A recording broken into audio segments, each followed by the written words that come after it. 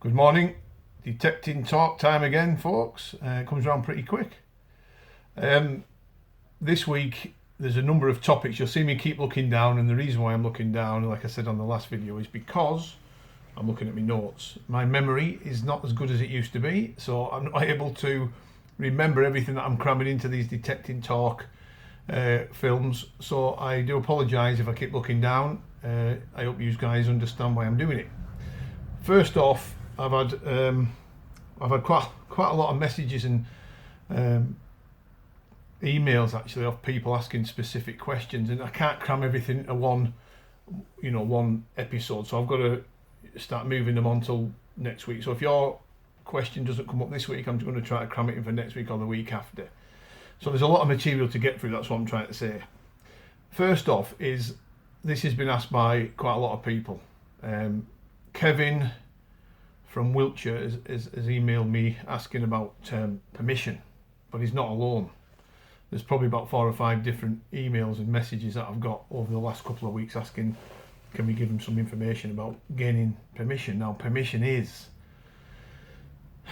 the number one burning, question. How do we get permission? It's the most important part, one of the most important, if not the most important part of detecting. If we haven't got permission, then we don't detect. You can't just walk on people's land, fields, woodland, and other areas, parks, etc., where thinking that I'll be all right on here. Well, you're not, because every piece of land that you see when you're driving around is owned by somebody. Local authorities, landowners, farmers, private, you name it. Trusts. Up here in the Lake District, vast swathes of land is owned by the National Trust. So you've got to gain permission. That's the most crucial part of detecting.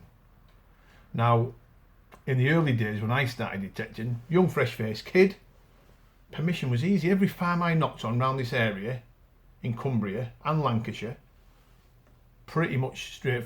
I think there was one farmer where he got his shotgun out. He actually got his shotgun out and cocked it. Make of that what you will. Didn't like detectorists. That was in the 80s. But he was the only one, and the reason why I still remember it, because he's the only one that stood out. So what I'm trying to say is, in them days it was so simple to get permission. People didn't really understand what detecting was, and they thought it was a bit of a quirk, thought it was quite a bit of a gimmick, thought we were quite strange people, I guess. But when you showed them the history that you were finding on their land, the penny dropped, and they were very, very interested. We used to give the farmers everything, just about. Look at these coins we found on your field at the back of your farm. Your ancestors might have dropped them. Your relatives have them. Loved it. So it was very straightforward and simple to get permission. However, things change. More and more detectorists have come into the hobby. Farmers are getting pestered left, right and centre about permission. The clubs are starting to move in big time. The rally organisers, the digs. So land is very difficult to get hold of, and the I've got to be careful how I say it, and I want it to come across correctly. But gaining permission isn't as hard as people think. Now, there'll be a couple of you out there watching this thinking, what the hell's this guy on about? I've knocked on 16 farms this month and I've not got a single yes. There is other approaches that you can take to gaining permission. The way I've done it, and this is only my opinion, remember, this is the only way I see things. You guys might have completely different opinions and ideals and ideas even than I do. So I'm only giving you it from my my perspective, if that makes sense. Now, I used to do a lot of research, still do, on particular areas, and if there's a couple of farms I fancied, I would approach them face to face. I wouldn't write them a letter. I think farmers like the face-to-face approach. Landowners like to see who they're dealing with. And if you go to the farm presentable, not scruffy, presentable, clean, manners, then they're more likely to give you permission than if you write a letter or send them an email or contact them on the phone. They're not interested. They don't want to be bothered by letters and writing back and ringing up. Face-to-face is the best approach. And, so I know some people that have gone to farms quivering, sitting in the car. Oh, God, do I have to ask permission? Oh, can you go and do it? It was always me. that I asked permission, or me and me detecting partner. The others didn't like to do it for whatever reason, nerves. You can't blame them. Everyone's made differently. People don't like interaction. They'd rather just sit back and let other people do it. That's up to them. But I'm a great believer of going face to face, presentable, with your manners. And what's the worst they can say? No, it's the worst thing they can say. They're not going to beat you up. They're not going to chase you down the track. So they can only say yes or no. So I think that's if there's any advice I can give you on permission, is face to face. It always worked for us. It is the best way. Now I could go now into other areas of the country, different counties, and I'd probably get, if I did 10 farms, probably 5 of them would say no. No matter how much I would lay it on, I would try my best to give them why I want permission on their particular farm. The reasons are, they don't want anybody on detecting, they don't want strangers walking on the land, and you can understand that. Or they've got somebody else already on that have got permission. Or there's a lot of farmers, believe it or not, that have got a little detector themselves, and they have a go themselves, or the kids, or the family. So there's multiple reasons why they won't let you on. But if you go, I always say to them, I would like to unearth the history around your farm. I find your area very interesting. I'm sure there is interesting historical artifacts and coins on the farm around where you live, on your land, and I'd like to bring them to light, and I'd like to share them with you. Immediately they start thinking, oh, this guy isn't as bad as all that. Usually the first time we go out, if we find a few bits, the farmer can have them. Trust is there already. How easy is that? But like I said, some of them not interested. You're not going to break them. You're not going to make any difference whatsoever. It's just a point blank no, and that's the way they are. You've got to respect their decision. Now, another way to gain permission is this: if you're struggling for land out there, I always say to people, start small. Don't look at these massive 1,000-acre farms, these estates, or these huge swathes of land that the landowner's got. Chances are it's not going to work. Start small. So if you've got a friend or a family member that knows somebody with a small paddock, 5-acre paddock, start small. Look towards your friends and family. Look towards who's got land. Somebody will know somebody in your family or friends that have got a bit of land, a stable block with 5 acres, 6 acres of land. The horses are not out on it. Ask permission to detect it. You'd be surprised how many good coins and artifacts come off small parcels of land. And from that, you've got your first permission. Happy days. You're going to enjoy yourself. You're going to learn your machine. You're going to learn the characteristics of your machine on this small patch. But also, that's your first way in. They might know landowners. They might have friends in the next village that have got horses or livestock that would let you on. And that's how it grows. So that's a really good tip. Start small. It's not difficult. Another way might work, might not work, works for some people, doesn't work for others. I sometimes give this advice out over the phone to customers. If you live in a village or an area where it's rural and you've got a local store, village store, ask the store owner to put a little card in the window. Permission wanted, detecting. Not one man and his dog, but one guy, you're on your own, lone detectorist, after permission, 50-50 split with the landowner, livestock and everything else fully respected, NCMD member, you're insured, all that kind of stuff. That might work. So there's ways and means of gaining permission. Now, a lot of people don't, like I said, a lot of people do not like going to the farm face to face. We tried to do a letter shot. I think I sent 20 odd letters out once. This is going back a long time, by the way. I got one response out of 20 odd letters. All them stamps, all that time I sat down writing it, typing it out, printing it out, sending it, didn't work. So I don't think that works. It works for some, and I know it works for some. And some of you guys might comment on this thread when it goes on YouTube to say, hey, you know what, I sent loads of letters out and it got permission. That's good, that's fantastic. But I'm giving it from my personal perspective. That's a bit of a mouthful, isn't it? Face to face is always the best. So if for whatever reason you can't gain permission and you're struggling, there's always an alternative, and that alternative is organised digs, rallies. this is bringing me on to the next subject. Darren has asked about rallies. Am I in favour of them or am I against them? Because I think some people see me as being a little bit prickly on social media about certain rallies. However, things aren't all as it seems. Certainly with me and rallies, I think some of them are very good. I only have to look at people like the midweek searchers who do a terrific job. I see the fines that these guys make each week. You know, there's people coming back to the cars with bits of gold and bits of silver all over the place, and they're putting fines and enjoyment into people that wouldn't necessarily be able to detect if you know they haven't got their own permissions. They've lost the permissions for whatever reason. So I think some rally organisers out there are very good. They're very professional at what they do. They do the job. So I would pick and choose wisely who you use as you know, as somebody that you're going to attend. Now they're all over the place now. Years ago it used to be one big rally, a couple of little splinter rallies here and there, but now there's rallies all over, from Scotland right down to Cornwall, Wales, East Coast, Norfolk, Suffolk, Lincolnshire, Wiltshire, all over the place, Cumbria even.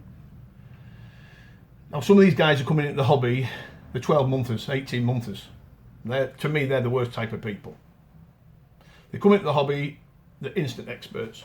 They probably had a good experience early on in detecting, hey, I love this game, I know everything about it.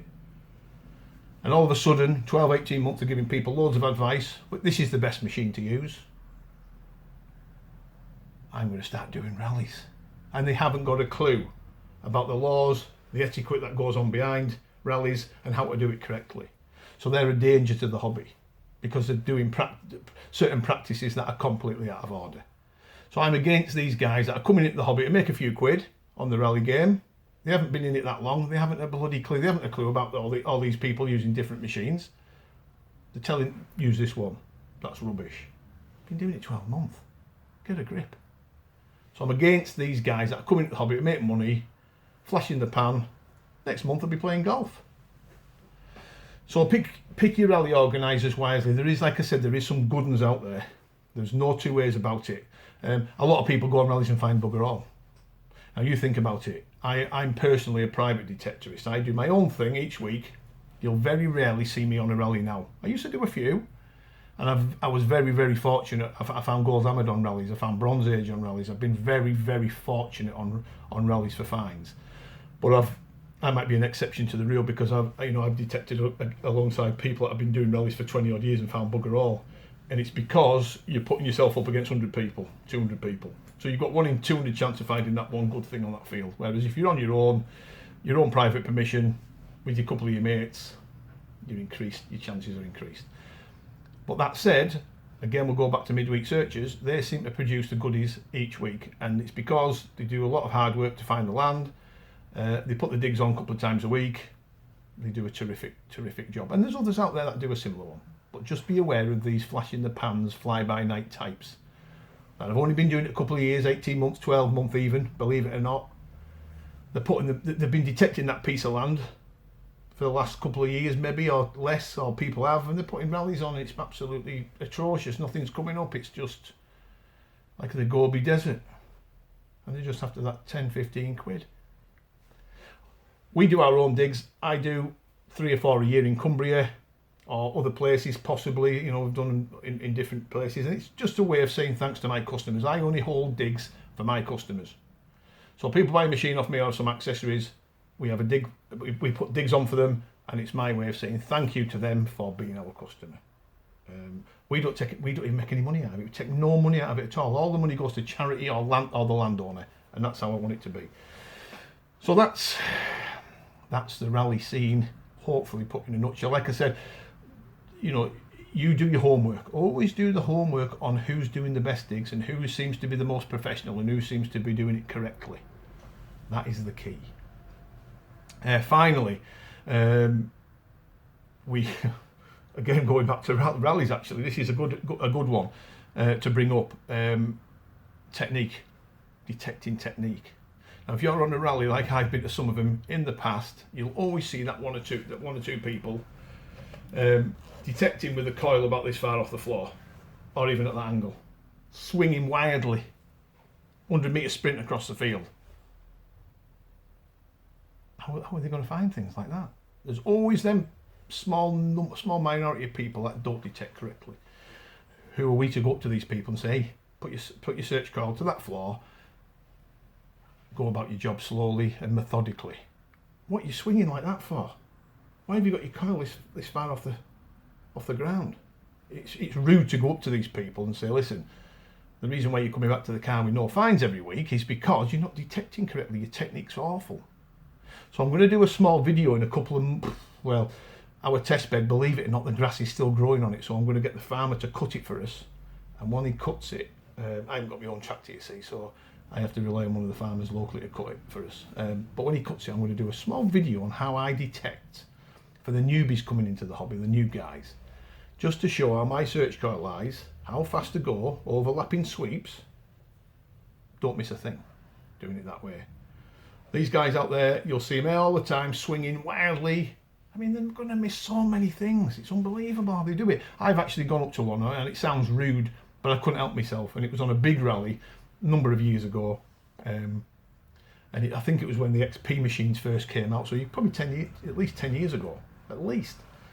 And he was using a Gomax. And he was flying past me. I was actually digging a signal. He come alongside and he flew. And he's had his search coil so far off the ground. Maybe, what 10 inch? How's he going to find something? How's he going to find anything? And I actually caught up with him. I mean, he was actually digging a hole, believe it or not. He found a token. There was a token hunt going on. And I said to him, hey, I noticed how fast you were going past me before you had your search coil so far off the ground. Doesn't bother me, he said. I find plenty. And that was his words, and he walked off. So ever since that day, I've always thought to myself, you know what, I ain't going to pull people up over the way they detect. It's none of my business. It's up to them how they do it. Who am I to give these people advice how to detect properly? But I couldn't help myself because it was just so ridiculous the way he was doing it. So low and slow, if you get that search coil right on that ground, skimming it, overlapping your sweeps, nice and slow, methodical. You don't need to rush around the field. The coins are not going to go anywhere, the artifacts, just nice and methodical. You'll start getting the rewards. If you swing fast, with your head up here all over the place, looking round, not concentrating on what you're doing, your finds rate's going to drop. It's as simple as that. So I hope that helps. It's been a bit of a long-winded one. There's that much material to go through on these detecting talk sessions. It's just, next week's going to be interesting because we're going to talk about the X Factor. Not the X Factor on telly, all them idiots singing and dancing, the X Factor in detecting, which I think is important, a bit strange, but I think you guys will enjoy it. So tune in next week. Just very quickly at the end, there's a competition running at the moment on our Facebook group, the Unearthed Facebook group, and it's regarding winning a free Technetics Digitech detector, brand spanking new detector. All you've got to do is subscribe to the YouTube channel here, ours, answer a question off our YouTube channel, get entered into the free draw. Happy days, win a detector. So we're still keeping it real. You guys enjoy what you're doing, keep the finds coming up, and I'll speak to you guys next week. Okay, thank you.